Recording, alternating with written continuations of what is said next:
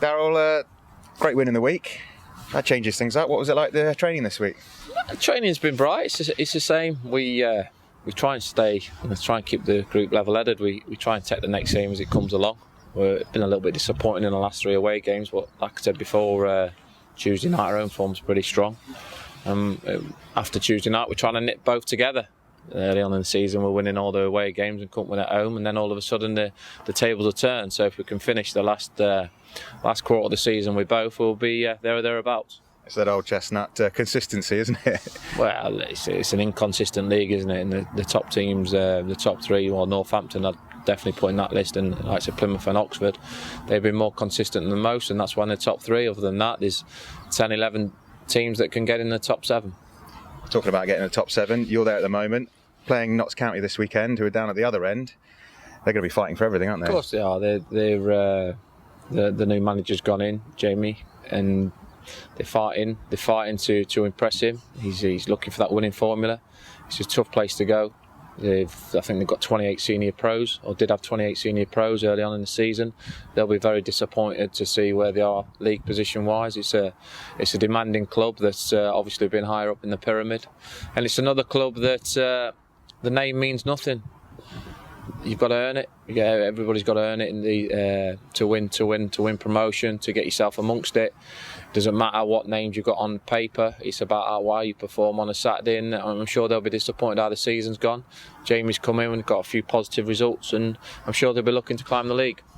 Do you worry about Notts County's form, or do you just go there and say, right, we're Rovers, we're going to play our way? That's for you guys to write about and mention, isn't it? For me, we worry about ourselves and our away form. We've just lost our last 3 games, so we just got to concentrate on trying to go up there and get something out of the game.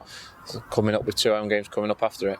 Obviously, home and away, there's different tactics and all the rest of it. How do you look to prepare for an away game off the back of the form? You hear it at Gloucester Football Association, changing things up like that. Is that little snippets here and there? Just to get the focus. Portsmouth was outclassed, but in the Wickham game, there's not a lot in the game. We had a blatant penalty, which we could have took the lead in to win 1-0. Keeper's made a fantastic save as well, so that could have gone either way. The Accrington game, the first 35 minutes of the game, we should have made more advantage of the territory. It was way on top. So games are won on fine lines. That'll always be the case, and we have to narrow all them fine lines down as possible and try and kickstart our away form again. But however, when you look at it and you look at it over a bigger scale, at the start of the season, if we could have even imagined getting 10 away wins, we're on 8. If we can get over to double figures on away form, we can't fault our away form. You're always going to lose games away from home. It's probably, I mentioned it before, one of the reasons why we're not sitting even more prettier is where we only won 1 in 6 at home early on in the season. You can't look back. You've always got to look forward, though, haven't you? Of course you do. Yeah, we look positive, but it sort of makes me laugh because obviously before the season started, everybody was saying, as long as we stay in the league mid-table, that'd be a great platform to build. But the players have rose them expectations, and rightly so, because that's what the supporters support. But me and myself as managers try to stay level-headed beforehand. I said early in the season that I demand my players to get in the top 7 because that's how I work as a manager. I could have quite comfortably stood in front of the cameras and went, well, we just got up, we'll take it steady, took all the pressure off. No, but I like to work like that, and that's the way I keep working. So you're in demands. You're in that position now. How do you keep the pressure on? How do you change things up? Because you've got to where you're sort of after. Winning games, it's one of those, and when you take a knock back, you try and win the next game. Simple as that. We've got ourselves in a real challenging position with 13 games to go.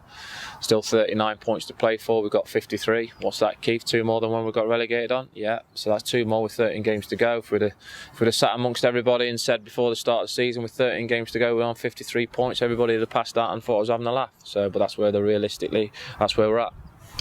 Notts County, obviously, they're fighting for their side of things. You go there off the back of a 4-1. Picked up a couple of injuries. Gaffney, how are we looking now on the injury side of things? I will never ever tell you what injuries fronts are. I mentioned about Sinclair because that's more of a bit more of a long-term one. So the long-term injuries I don't mind mentioning, but Rory, we're having them assessed, and we'll see.